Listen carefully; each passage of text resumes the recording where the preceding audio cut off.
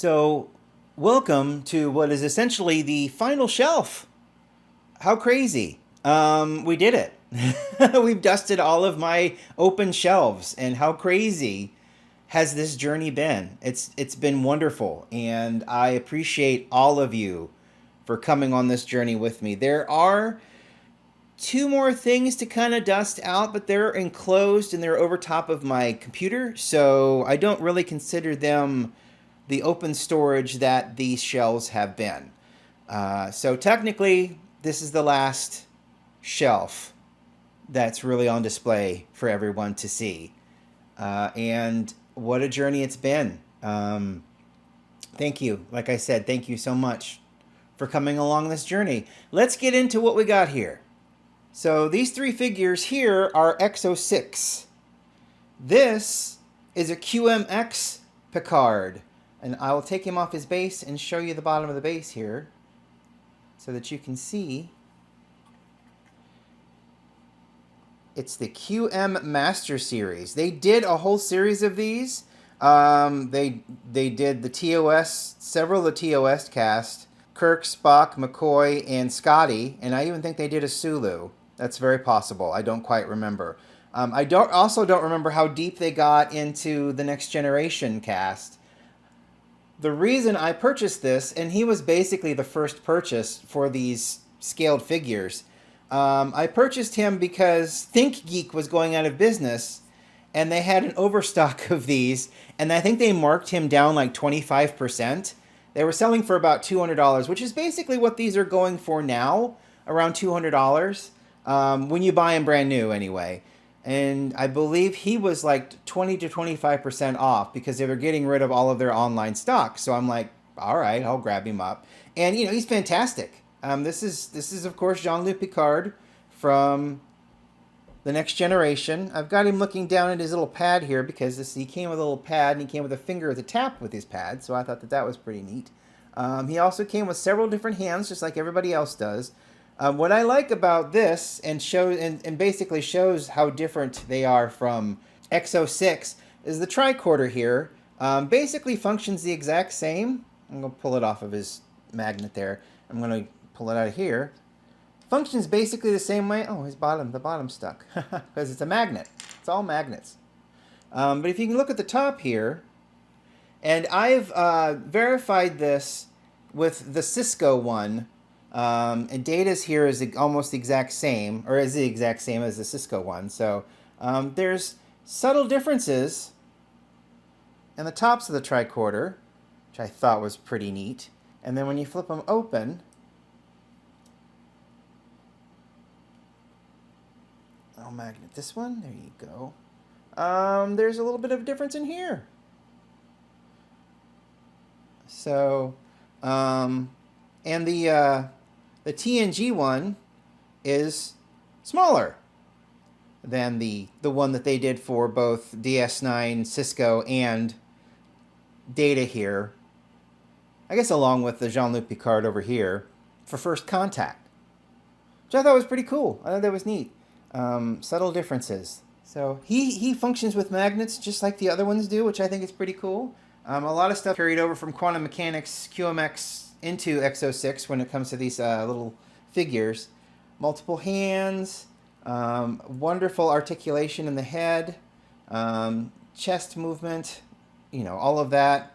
And then the outfit, of course, is done to near perfection here.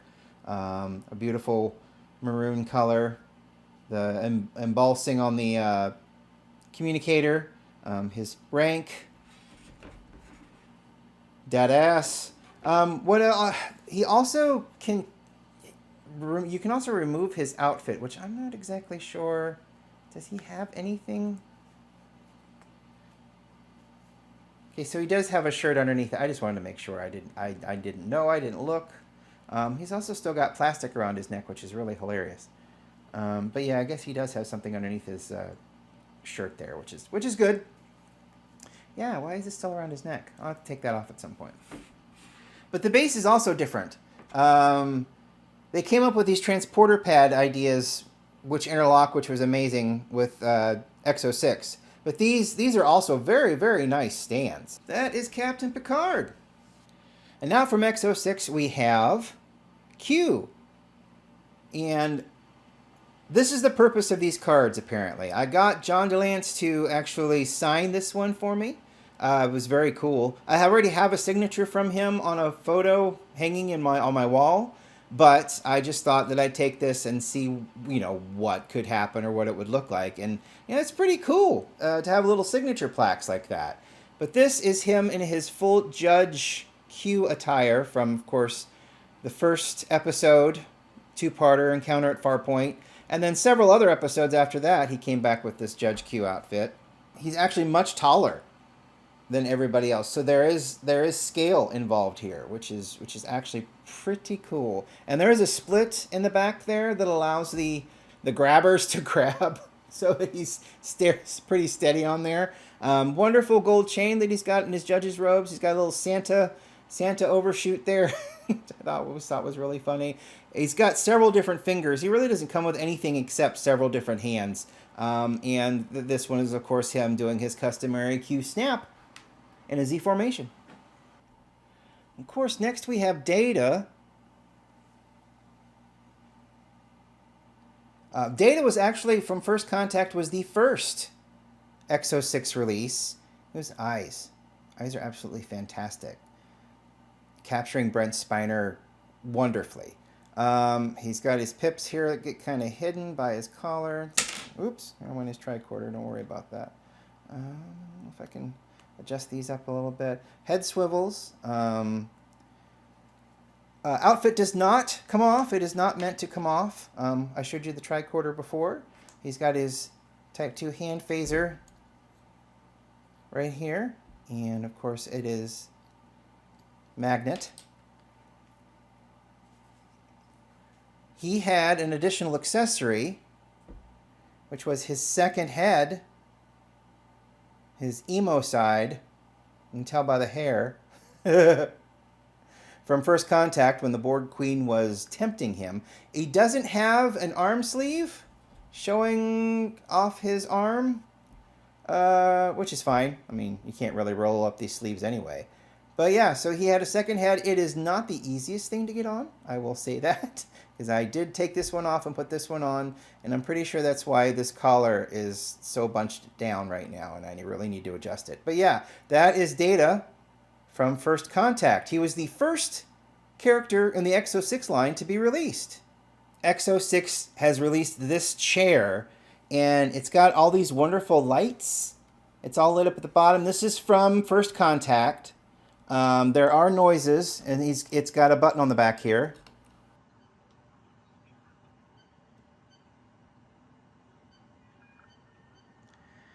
I believe that's bridge noises and sounds. Is there a volume button? I forget.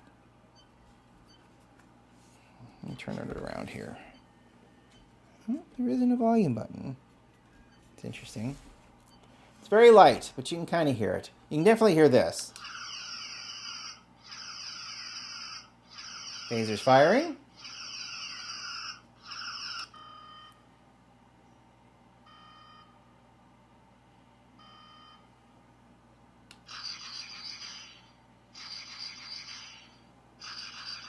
Quantum torpedoes firing. Bridge to Captain Picard. Go ahead. We've just received word from the fleet. They've engaged the Borg. Bridge to Captain Picard. Kind of repeats itself. We have a problem. Lower your shields and discriminate your ships. It will add to a biological and technological distinctiveness to our own. Your culture will adapt to service us. Resistance is futile. You kind of hear it. It's a little light, a little lighter than I remember. But it's got like 5 phrases that you can go through. But the main attraction is the light. And I'll pick up old Pickard here, kind of show you. It's also funny because the chair comes with several seats. 2 seats, actually. I believe the other one is the one I should be using, though, because this one is just for display. And the other one actually has indentations to sit on, so he sits a little bit better. But here is Captain Picard from First Contact. He was the second released after Data. Absolutely fantastic. wonderful likeness of Patrick Stewart. Grumpy. Now he does have Velcro here because he has a second coat just like Cisco's that I showed yesterday. It's the leisure vest, I guess. His has a comm badge on it though, whereas Cisco's does not. Because Cisco's represented by the pale moonlight and where he doesn't wear a badge. And that's just the detail that you get with these X06 figures. It's absolutely fantastic. Of course, he got his hands. And I've got them positioned here just so they're dangling over top of these pads because they have L-cars here. So it makes it kind of look like he's beep booping as you do. So now, let's talk about my favorite things. And here's the reason why I wish they would have gone through and released the Enterprise C. I have all of them. It would have completed everything up through the E, and it would have been fantastic. But no, we got a gold version that has no electronics in it and was only available at the San Diego Comic-Con that one year, and people are trying to hawk that on eBay for like $1,000. There's no electronics in it. It's just an ugly gold version of the Enterprise C. Yeah, terrible and aggravating. They were so close to getting that put through that the they had that shell, but then the CBS Paramount pulled the plug and they lost the license, and in mid dealio it went away. But anyway, enough about that. Let's talk about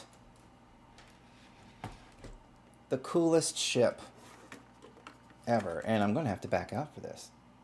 It is that large. Open a hailing frequency. This is Captain Jean-Luc Picard. Energize. Scan for life forms. Shields up, red alert.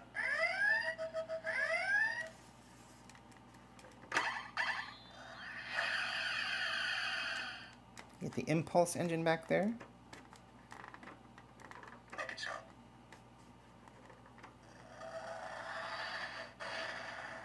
Get those cool lights. Earl Grey out. Special pattern, Sierra, and fire. Yeah, that's so cool. But what is also cool Prepare for emergency sources.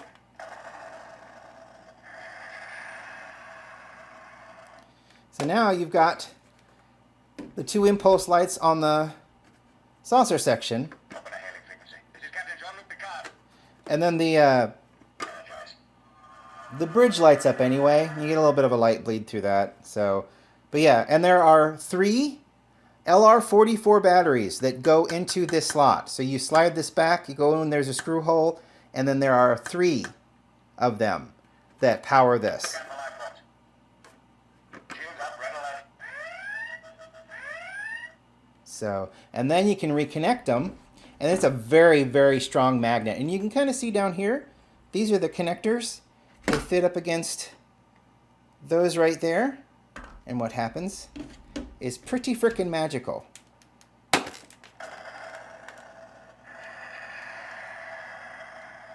Oh, that's amazing. And the deflector dish, Frequency. This is Captain Jean-Luc Picard. unfortunately, Energize. it doesn't have a hold button to let you just look at the lights. That's too bad. Life forms. Shields up, red alert. But yeah, look at the busted collectors and the, oh, it's just, it is so cool. I love this thing. It is my favorite ship. It is so well detailed. It is so big. It is so chunky. The 3 AAA batteries go down here. There's a screw hole. And then you've got 3 places to put the stand that broke. Which is why I've got this lovely thing. But you've got 3 holes here to help balance. And then if you wanted to, have them separated, you can have this for the saucer section and this for the star drive, or this one for the star drive. Absolutely wonderful, fantastic, gorgeous. I could only imagine what the sea would have looked like. Now I'll show you the replacement here. This is laser cut, and it's got a wonderful little engraving down here. Enterprise D, Galaxy class, commissioned, 2363. And it just slots in back here like the Enterprise D from All Good Things does. And now we've got the E, which is very pleasing to look at. This is from First Contact. Not my favorite design of a starship ever. I don't really like the pointy pieces. I mean, it's basically like watching Acura, the car, you know, from the Integra or anything like that, them go from like the 90s style to the 2000 style where everything got pointy. Kind of this what this was. Engage. We've got some glowy action there. We've got some glowy action.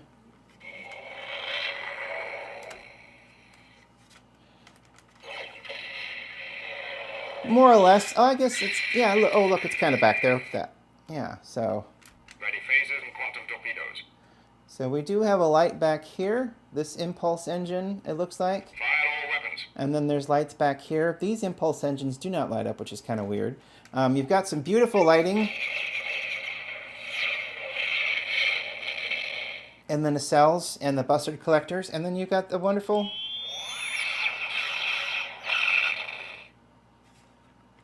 hands. Battle stations. Engage.